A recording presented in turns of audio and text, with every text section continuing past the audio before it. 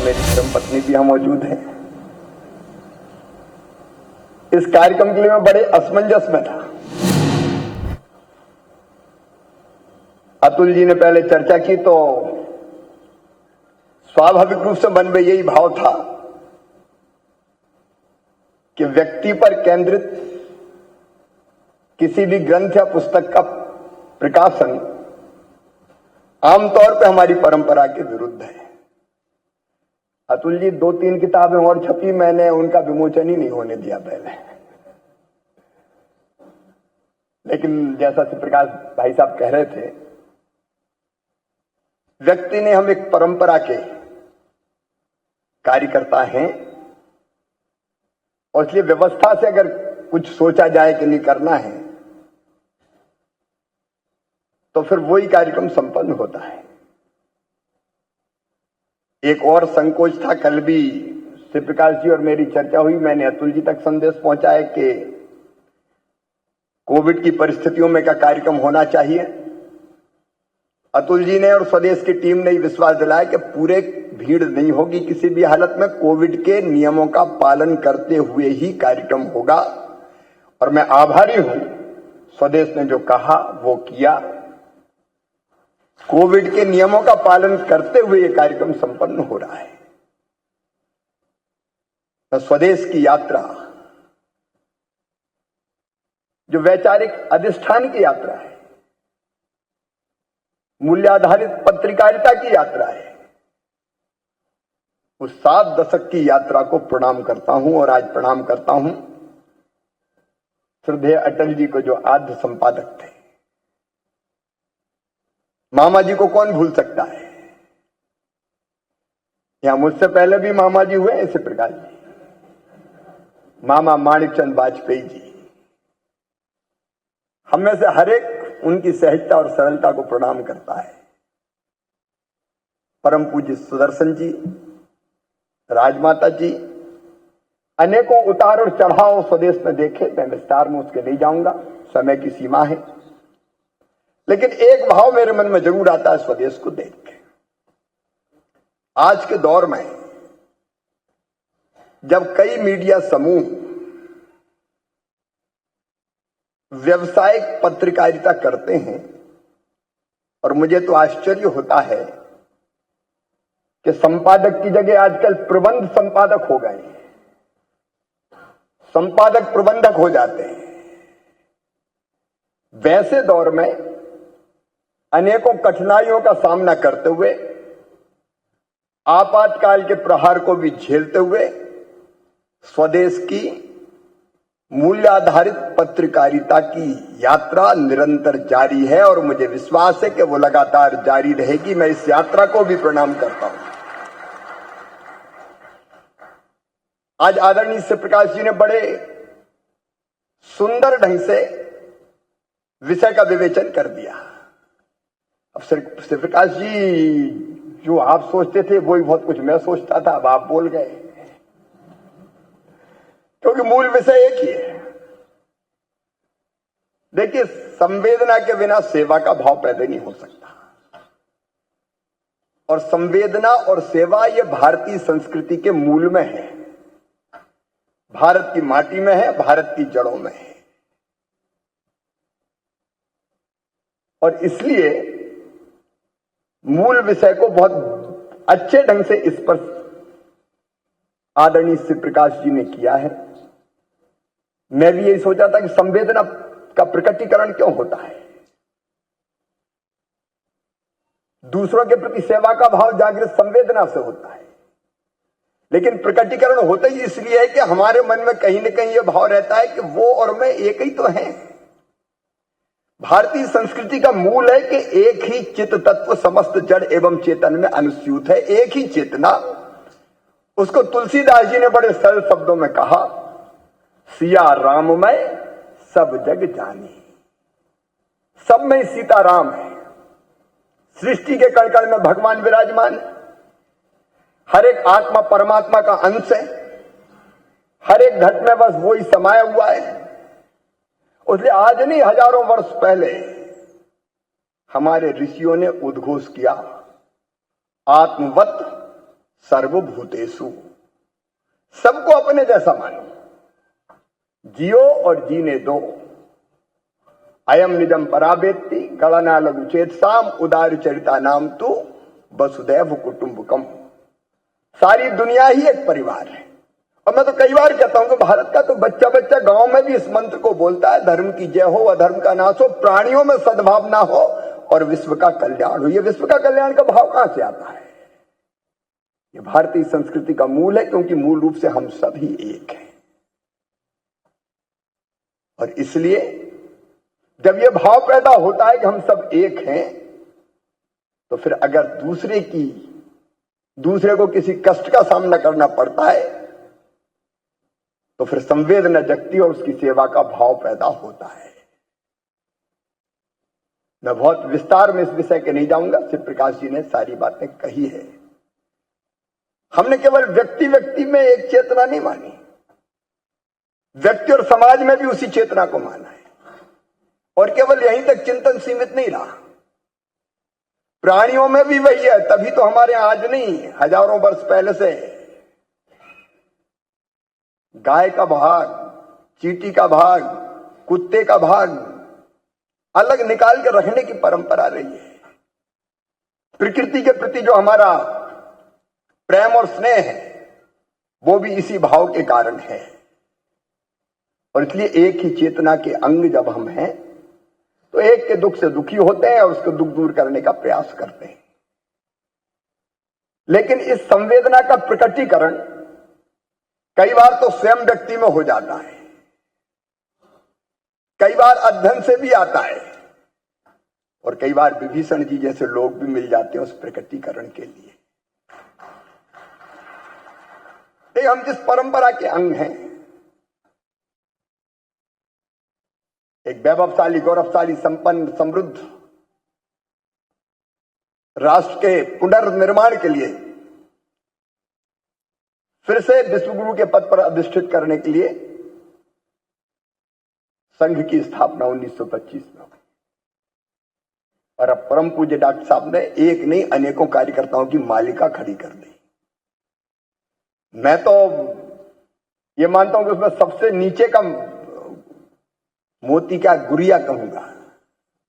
एक नहीं अनेकों श्रेष्ठ समाज जीवन के हर क्षेत्र में काम करने वाले। लेकिन ये जो प्रकटीकरण होता है उसके अपने तरीके। कई बार पढ़ के हो जाता, मैंने बचपन में अपनी पाठ्य पुस्तक में तीसरी या चौथी में पढ़ा, उत्तानपाद नाम के एक राजा थे, उनकी 2 रानियां थी, सुनीति और सुरुचि। अब उस कथा के विस्तार में मैं नहीं जाता। जब ध्रुव को पिता की गोद से उतारा गया तो मां ने कहा कि चिंता मत कर बेटा, तेरे पिता से भी बड़ा अगर कोई है तो भगवान है। तू तो भगवान की पूजा कर, तू भगवान की गोद में बैठेगा। तो बचपन में जब पढ़ा तो मुझे लगा कि भगवान की गोद में अपन को भी बैठना चाहिए। और नर्मदा के तट पर गांव था तो स्वाभाविक रूप से साधु संतों का आना जाना रहता था। और उस जमाने में खेत कम थे, पड़त जमीन ज्यादा थी जिसमें घास भी होता था और पेड़ भी लगते थे। तो मन करता था किसी पेड़ के नीचे बैठो और भगवान की पूजा करो, ध्रुव की तरह। जैसे ध्रुव को गोद में भगवान ने बिठाया, अपन को भी बिठा लेगा। अब यह भाव का एक प्रकटीकरण हो गया, पढ़ के हो गया, पढ़े और प्रकट हो गई कोई चीज। और तब कई हर कभी लगने लगा कि भगवान तो अपने संग ही है। हमारे स्कूल में जैत में मैं पढ़ता था तो वहां शनिवार के दिन रामायण जी का बाल सभा होती थी और रामायण जी पढ़ते थे 5-7 दोहे तक। और पढ़ने का तरीका था, कोई एक बच्चा प्रसाद लाता था, फूल चढ़ाता था, तो मतलब अगले शनिवार को वो प्रसाद लेके आएगा। गुड़ चना कोई प्रसाद ले आए और घी की दीपक जलाने की बाती ले आए। अब जब वो बाती जल के रामायण जी पढ़ती थी तो मैं पीछे बैठता था, तो मैं झांक झांक के देखता था कि रामायण की चौपाई में पढ़ लूं। मां साहब ने देख लिया, रतनचंद जैन जी, उनको लगा कि इसमें उत्सुकता, तो उन्हें आगे बिठा दिया मुझे। आगे मैं जोर जोर से रामायण पढ़ने लगा और बाद में जब अर्थ करते, क्योंकि चौपाई पढ़ना और अर्थ करना, तो धीरे धीरे मैं बिना देखे भी अर्थ करने लगा। तो हमारे गुरुजी ने तो मेरा हौसला बढ़ाई। गांव में भी ये चर्चा फैल गई कि शिवराज अर्थ बहुत अच्छा करता, और जब बरसात के दिन होते थे तो गांव में रामायण जी होती ही होती थी। आजकल पर रामायण जी मतलब रामचरितमानस, तो कोई चौपाई पढ़ता था, मैं उसका अर्थ बताता था। अब अर्थ बताते बताते रामायण मन और मस्तिष्क में समा गई, और उसी समय गीता जी की भी प्रति मिल गई। अभी भी हमारे गांव में अगर मृत्यु होती है तो ब्राह्मणों को, ब्राह्मण देवता को कुछ ना कुछ दान देते, जिसको पद कहते हैं। उनमें गीता की प्रति भी होती। तो गीता जी पढ़ते पढ़ते मन में यह भाव पैदा होने लगा कि नहीं, कुछ ना कुछ करना है, कुछ ना कुछ करना है। अब इसी भाव में विभीषण जी गांव में आ पहुंचे। विभीषण जी गए थे कि राधे श्याम जी की शादी में। राधे श्याम जी मेरे चचेरे भाई थे। हेमंत जी राधे श्याम जी को जानते होंगे, सुहास जी भी शायद जानते हो। अब वो स्वयंसेवक पहले बन गए। उनकी शादी हुई, विभीषण जी जैत पहुंच गए। बैलगाड़ी में बारात गई थी जैत से सिया गए। पास में गांव था 7-8 किलोमीटर। और पता नहीं विभीषण जी ने क्या देखा, उन्हें सोचा कि बस इसको तो पकड़ना है। तो उसी गाड़ी में विभीषण जी और मैं, इन्हें पकड़ा तो फिर छोड़ा ही नहीं। कहां पढ़ते हो, क्या करते हो, भोपाल में कहां रहते हो, और फिर कुछ और बातें बताने लगे, कहानी सुनाने लगे। ऐसा आकर्षण पैदा हुआ कि हम विभीषण जी से जुड़ गए और शाखा में जाने लगे। अब तब तक मैं नहीं जानता था गुरुजी कौन है, लेकिन ये लगभग 71 के आसपास की बात है। 71-72 में परम पूजनीय गुरुजी का एक प्रवास हुआ था। शायद वो अंतिम प्रवासी भोपाल में था। तो बड़ी शाखाओं में चर्चा थी, गुरुजी आ रहे हैं, गुरुजी आ रहे हैं। तो उत्सुकता जगती थी कि गुरुजी को देखेंगे, गुरुजी को देखेंगे। अब आप देखिए, संवेदना तो है, संवेदना का प्रकटीकरण का तरीका वो प्रकट विभीषण जी ने कर दिया। और उसके बाद वो प्रकट भी ऐसा हुआ कि मन में लगने लगा कुछ करना चाहिए। तो विभीषण जी को आज मैं बता रहा हूं, हम जैत में अखंड रामायण का पाठ करते थे। कई बार हम छुट्टी में जाते थे। मैं 5वीं 4थी पास करके आ गया था। अखंड रामायण मतलब 24 घंटे में रामायण जी का, रामचरितमानस का पाठ हो जाता था। घी का दीपक जलाना, और फिर रामायण सस्वर पढ़ने वाले होते थे। तो हमारे गांव में एक मलुआ दादा थे, अनुसूचित जाति के। उनके घर में कई वर्षों के बाद बेटी का जन्म हुआ। रामायण जी पूरी करने में 500 रुपया लगते थे महाराज जी। तो हम 500 रुपया इकट्ठा कर लेते थे। 98 1 रुपया उस समय बहुत होता था। मलुआ दादा मेरे पास आए और कहा कि भैया मेरे घर बेटी का जन्म हुआ है, का मैं भी रामायण में चंदा दे सकूं है। अरे मैंने कहा क्यों नहीं दे सकूं, जरूर दो। मलुआ दादा ने चंदा दे दिया 2 रुपया। अब जैसे ही गांव में पता चला कि मलुआ दादा के चंदे से रामायण हो रही है, तो कई लोगों ने मुझे बुलाया और बुला के कहा हम मर गए। कहा तो मैंने कहा क्या हो गया? बोला मलुआ के पैसा से रामायण हो। तो मैंने कहा उनके घर बेटा पैदा हुआ है। बोले कितने चाहिए, हम दे देंगे, ये पैसा वापस कर। अब अंदर में संवेदना कहूं या कौन सा भाव कहूं, एक भूख उठी कि चाहे कुछ हो जाए। मलुआ क्या सोचेंगे, बेटी का जन्म हुआ और रामायण जी के लिए चंदा दिया।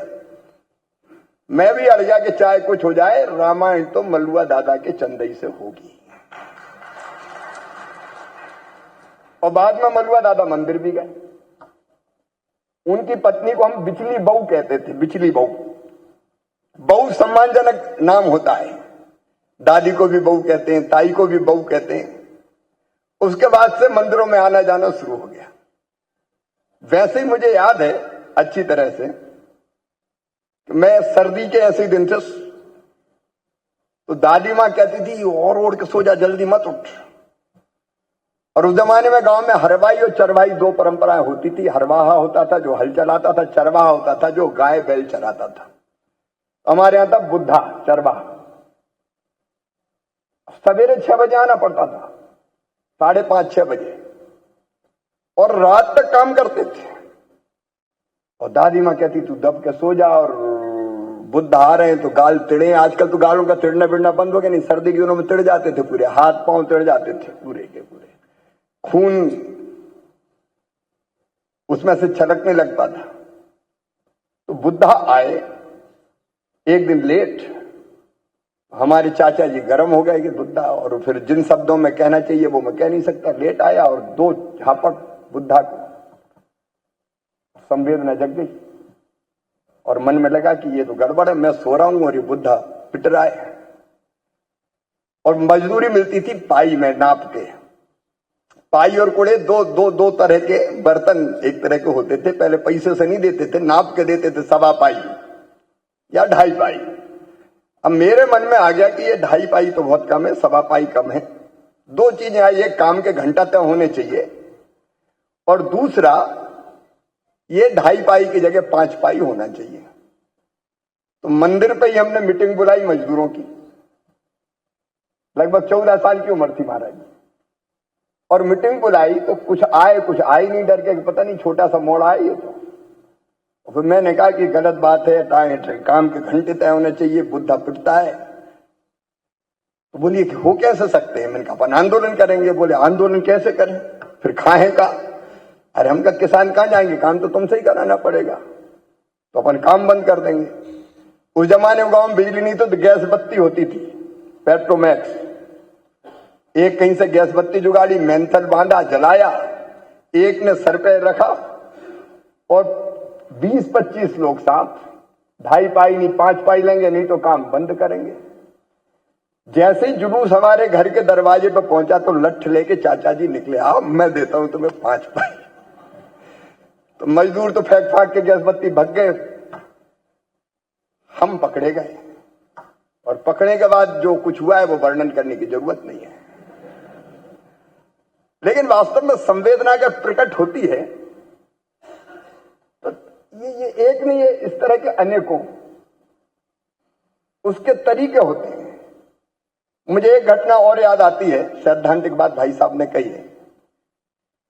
मैं बोलता अच्छा था थोड़ा, क्योंकि रामायण जी की चौपाई की व्याख्या करते करते ही वक्ता बना मैं।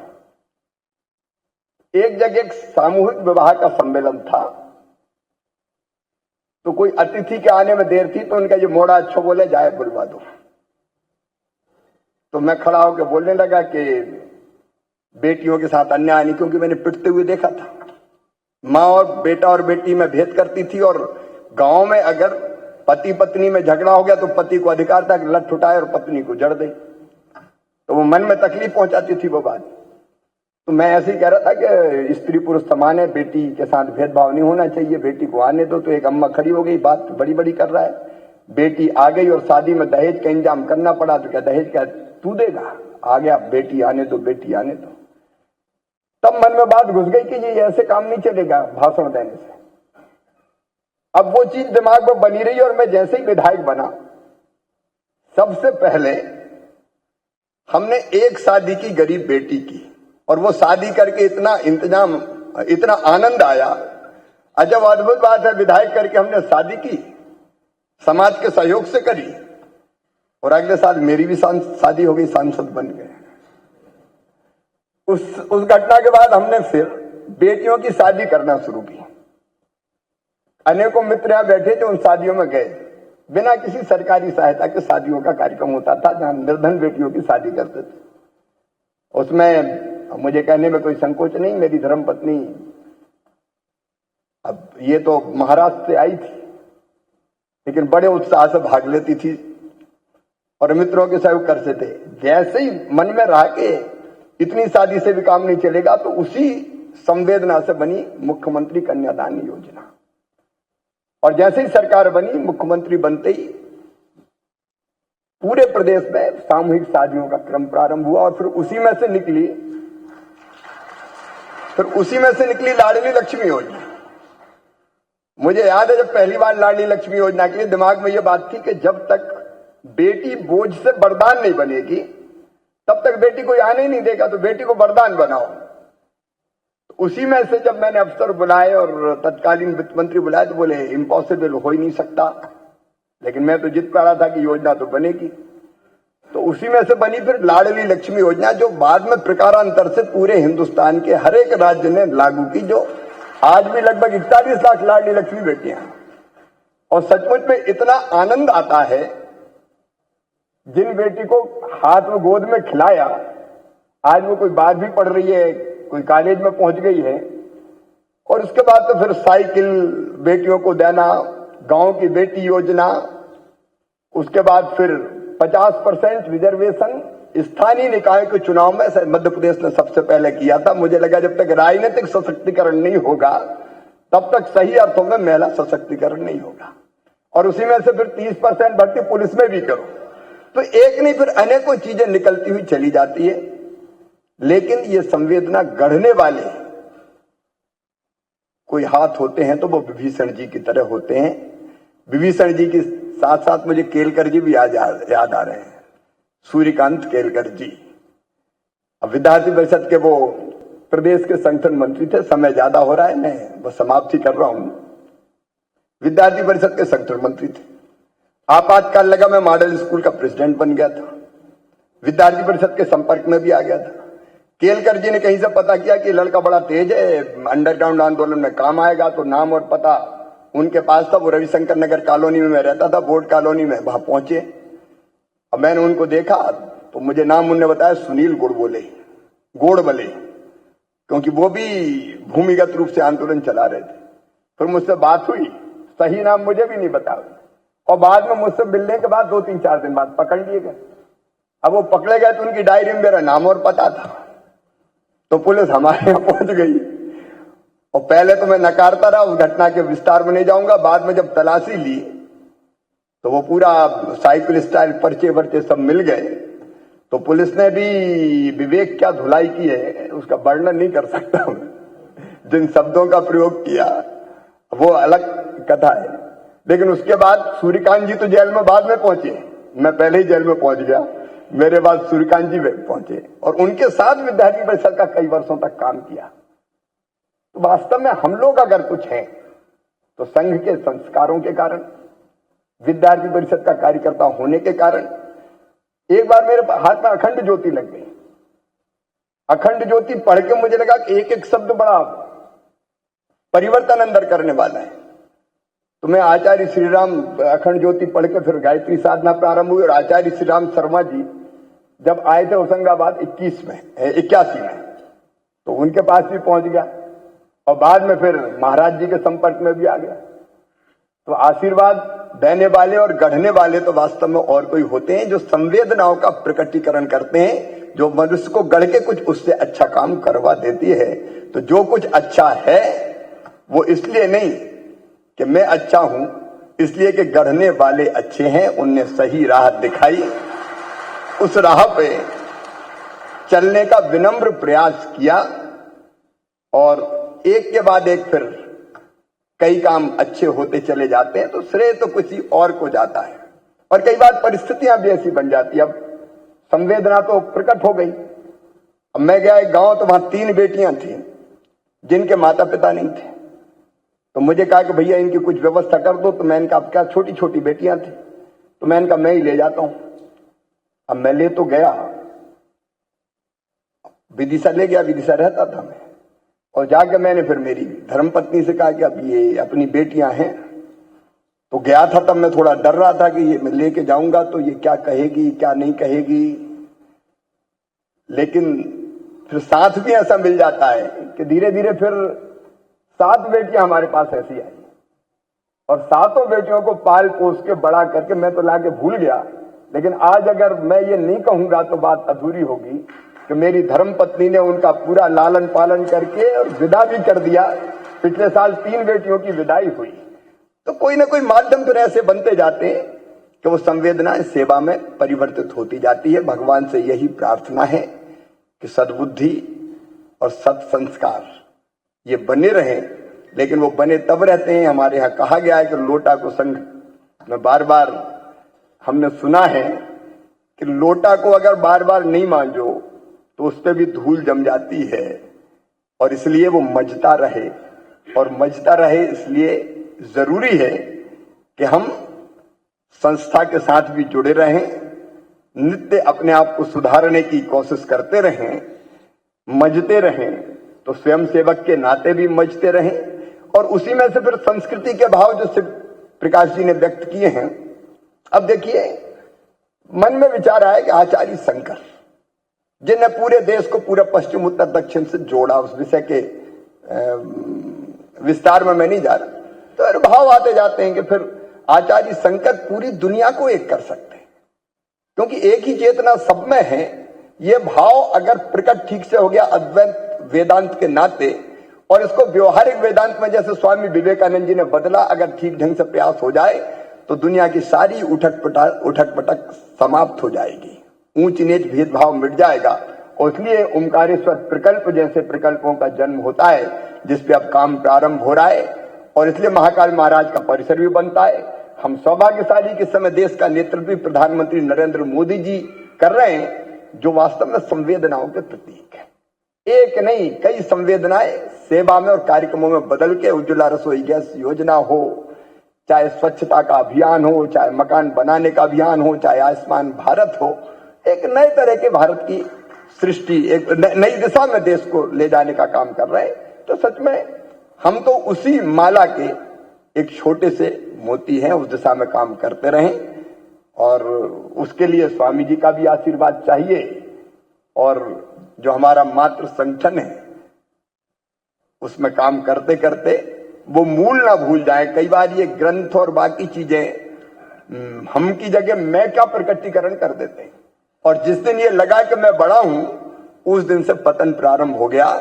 तो भगवान ऐसा बड़ा कभी मत बनाना, यही प्रार्थना करते हुए स्वदेश को एक बार में फिर शुभकामनाएं देते हुए और स्वामी जी से आशीर्वाद मांगते हुए, श्री प्रकाश भाई साहब ने शुभकामनाएं दी है, सही रास्ते पर चलते रहें, यही प्रार्थना करते हुए मैं अपनी वाणी को विराम देता हूं। बहुत बहुत धन्यवाद।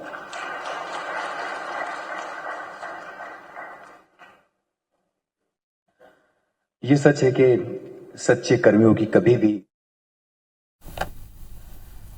तो सीएम शिवराज सिंह चौहान को आप सुन रहे थे। स्वर्ण जयंती समारोह में वो शिरकत कर रहे हैं, और उनके साथ ही यहाँ पर स्वामी अवधेशानंद जी भी महाराज यहाँ पर मौजूद हैं।